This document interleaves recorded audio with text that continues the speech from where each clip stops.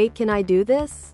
Been trying to figure out the limits to fireball the nighttime sniffling sneezing, how the hell did I end up on the floor? Medicine shirt wild.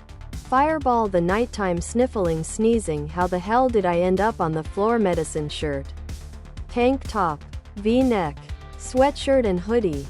What spells did you flavor? My GM thought it was funny that fireball the nighttime sniffling sneezing, how the hell did I end up on the floor? Medicine shirt. My goal was to roll as many dice as I possibly could and leave everything to chance. I pretty much only have one strict rule I want players to follow. Other than don't be a jerk. It's that if I'm giving a description of a room or person or thing, don't interrupt me. You can wait 10 damn seconds to cast your lightning bolt. Joe, just let me say what the damn goblin has for a weapon and we can move on.